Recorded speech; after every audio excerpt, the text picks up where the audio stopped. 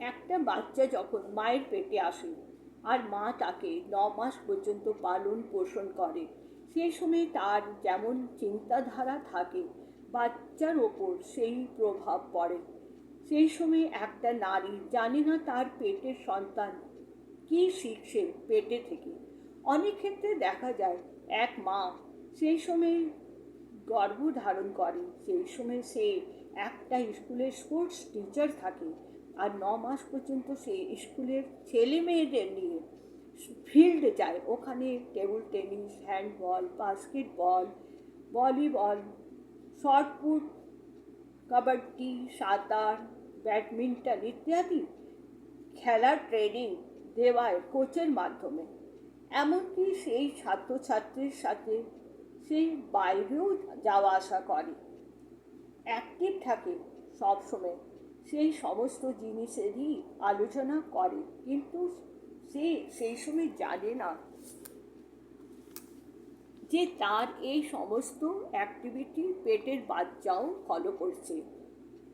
অভিমন্যুর মতো, যেমন অভিমন্যু পেটে থেকে চক্রব্যূহের বিষয়ে জ্ঞান অর্জন করেছিল, সেই রকমই স্কুলের রেজিস্টার মেনটেন করা, হিসেব লেখা, উপস্থিতি কাউন্ট করা, আরও যাবতীয় কাজ একটা মহিলা পেটে বাচ্চা নিয়ে করে যায়।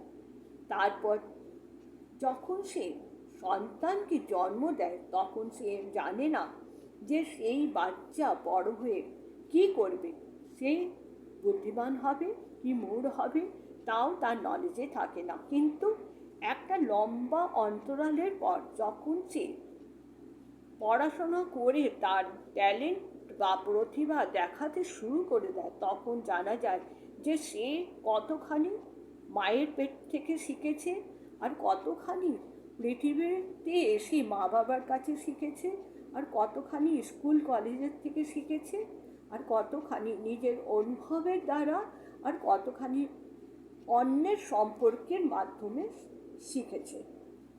এটাই বোঝা যায়। আজ যে মেয়েকে এক মা নিজের পেটে ধারণ করে স্পোর্টস টিচার হয়ে নিজেকে অ্যাক্টিভ রেখেছিল, সেই মেয়ে বড় হয়ে মায়ের ছত্রছায়া থেকে বেরিয়ে ব্যাঙ্গালোরে পড়াশোনা করে আর নিজের চেষ্টাতে উচ্চ শিক্ষা গ্রহণ করে বিদেশি কোম্পানিতে জব করে আর দেশ বিদেশে ঘুরে বেড়ায়। আর কখনো জাপান, কখনো ইন্দোনেশিয়া, কখনো আমেরিকা, কখনো অস্ট্রেলিয়া, কখনো নিউ ইয়র্ক ঘুরে বেড়াচ্ছে। মেয়ের ট্যালেন্ট দেখে মায়ের মন গর্বে ভরে যায় আর মা ভাবে, আমি তো জানতাম না পেটের সন্তান এত কিছু করার ফলে আজ আমার সন্তান বংশের নাম উজ্জ্বল করছে। আর ভগবানের কাছে এটাই প্রার্থনা, ওর প্রত্যেকটা কাজে উনি যেন সাহস জোটান। এক সময় ছিল যখন এক মেয়েকে মেডিকেল পড়ছিল, কিন্তু পড়া ছাড়িয়ে বিয়ে করিয়ে দেওয়া হয়েছিল। আজ যদি তার বিয়ে না হতো, তা এক নামী ডক্টর হতো আর লক্ষ লক্ষ লোকের প্রাণ বাঁচাতো। তাই ছোট মেয়ের ওপর বাধা হয়ে দাঁড়াবো না আর তাকে বিয়ের জন্য জোর দেব না। পাখির মতো আকাশে উড়ে বেড়া, যতদিন মন করবে ওর। আমার মতো বিয়ের বাঁধনে পড়ে নিজের লাইফ খারাপ না করাই ভালো।